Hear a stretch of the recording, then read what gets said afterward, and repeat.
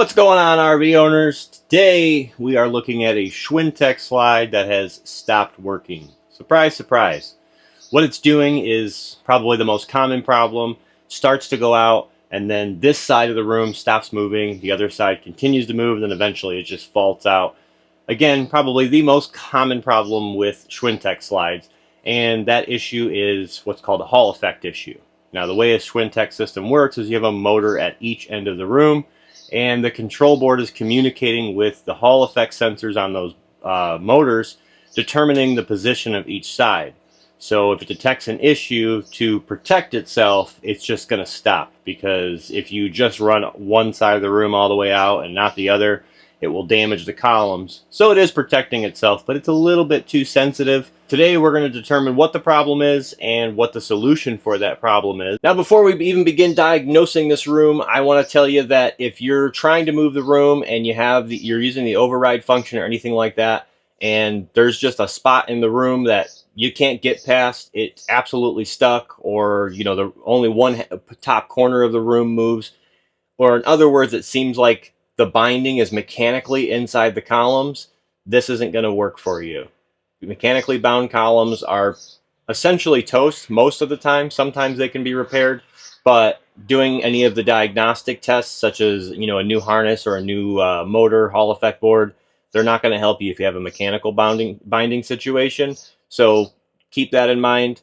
That's when you're going to actually need a tech. The rest of these tests you can do yourself. And this process that I'm about to walk you through will help you determine what part it is you need to replace within your Schwintek slide room. Now, I'll tell you right off the bat, there's not a whole lot of tools needed. You are going to need a known good Schwintek cable or a harness.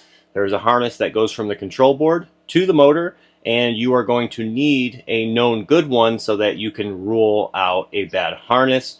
You're not going to need a whole motor to do this test, because the harness will give you some of those answers on whether or not the motor is the culprit. And fun fact, if the motor is bad, you don't have to replace the whole motor. We'll talk more about that once we get there. Let's get into it. Now, first things first, we have to find the controller, and that's going to be different for everybody. Your slide room controller is usually going to be hidden away somewhere. Should be easy to access because there's an override on it. We'll talk about that in a second. But it's not. A lot of times it's buried away somewhere.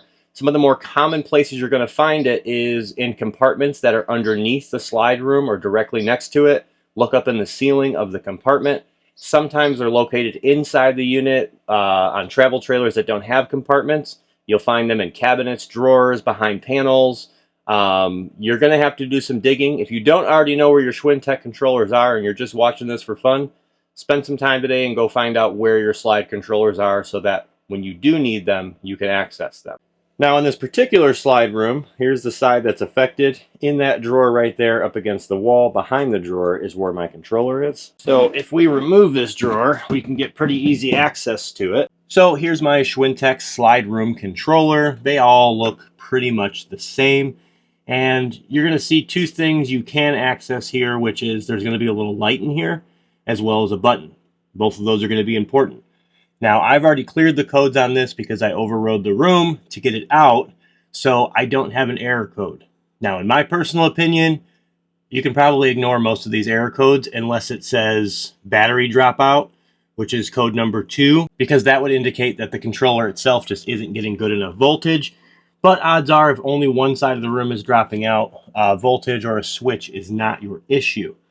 Now, outside of that light, you're going to have a little button inside of here, which I don't know if you can see on camera, and the instructions on here will tell you this as well, but if you press that button 6 times and then hit it a 7th time and hold it until the lights start flashing in here, you'll be able to override the room. As long as the motor and the cable aren't completely destroyed, it will ignore all faults and it will move the room. So that's the way that you can override this room. Now, what we're going to do in here is actually make this code come back. So I'm going to run this room again and make that code come back. And now that the code came back, I shut the light off so you guys can see. We're going to wait for the green blinks. So one green blink would indicate motor 1. And then you're going to count the red blinks, which will determine what's going on with motor 1. So the first thing we're going to do is rule out a bad control board, which is the least likely scenario, but still possible. Now I recommend marking these before you do that. You're going to have these two cables. One goes to motor 1, one goes to motor 2. You're simply going to reverse these. The reason you're going to do this is you're going to try and run the room again, and if that code now switches over to motor 2,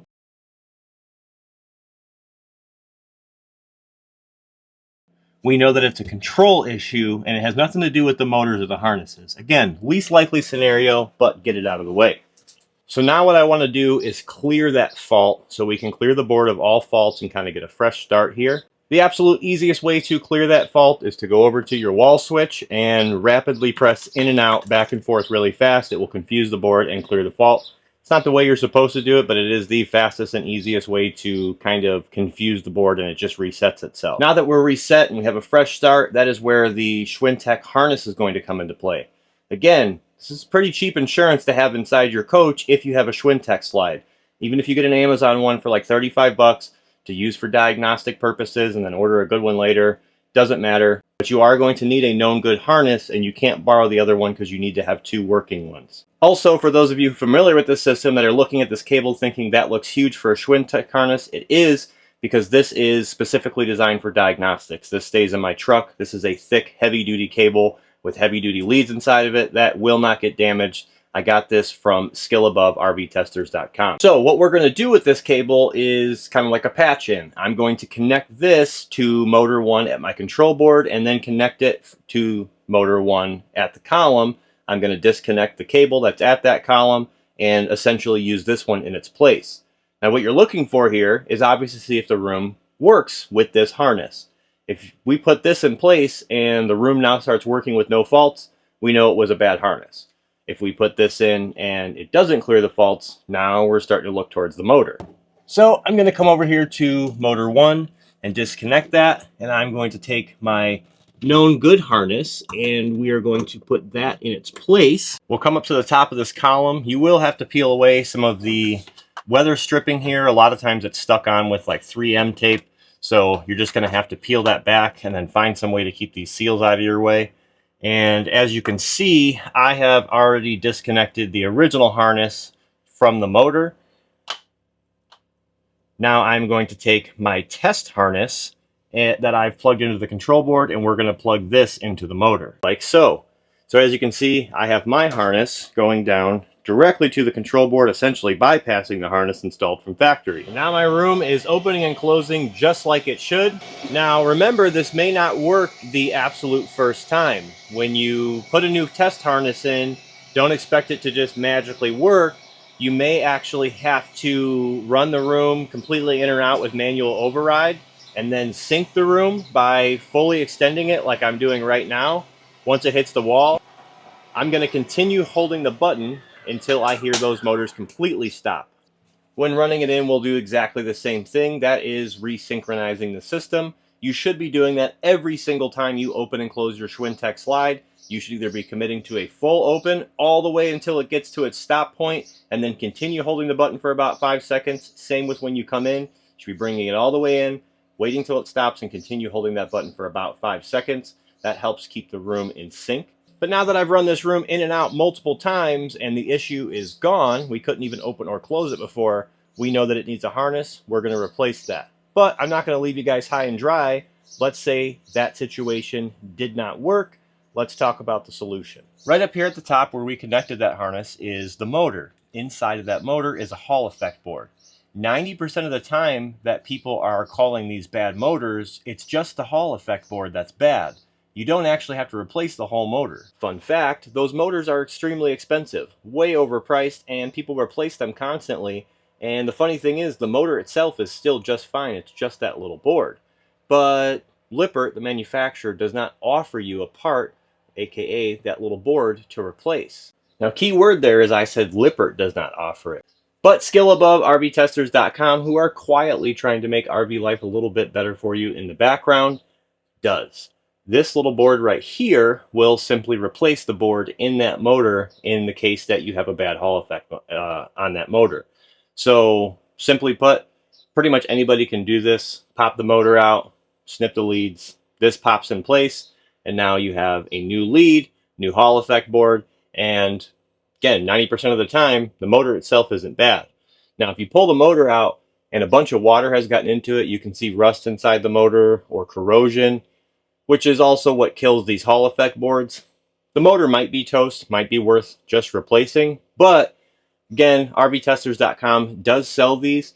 Just like the harness, it's a pretty good thing to keep in your RV as added insurance, because it's not if, it's when these Schwintek slide rooms are going to fail. They all fail at some point. Little shout out to Chandler at RVtesters.com for developing and selling these. They absolutely are a game changer out in the field doing mobile service. So just to recap, if you did the harness thing, patched in a harness, and the system still is not working and having issues, you're going to be looking at a motor, but you can replace just that piece of the motor. You can replace the whole motor. If you're going to buy a new motor, there are some on Amazon that are okay. Lippert even sells their direct part on Amazon. Those really cheap ones that are like $30 or $40, I don't really recommend those because they're going to fail pretty quickly. A lot quicker than the one that you had installed from factory would, I'll tell you that. If you guys are interested in picking up one of these or a diagnostic cable, I will leave the link in the description to rvtesters.com. So with the harness replaced on this unit, this slide is back up to working just like it should. I hope this video helps you understand the diagnostic process a little bit. Unfortunately, the diagnostic process does require you to have some special stuff like the harness. It's not always going to be something you can do with a meter or some kind of test device. But if you guys want to see some more tech tips, tricks, and even some tours in RVs like this one, make sure you guys are pressing that subscribe button.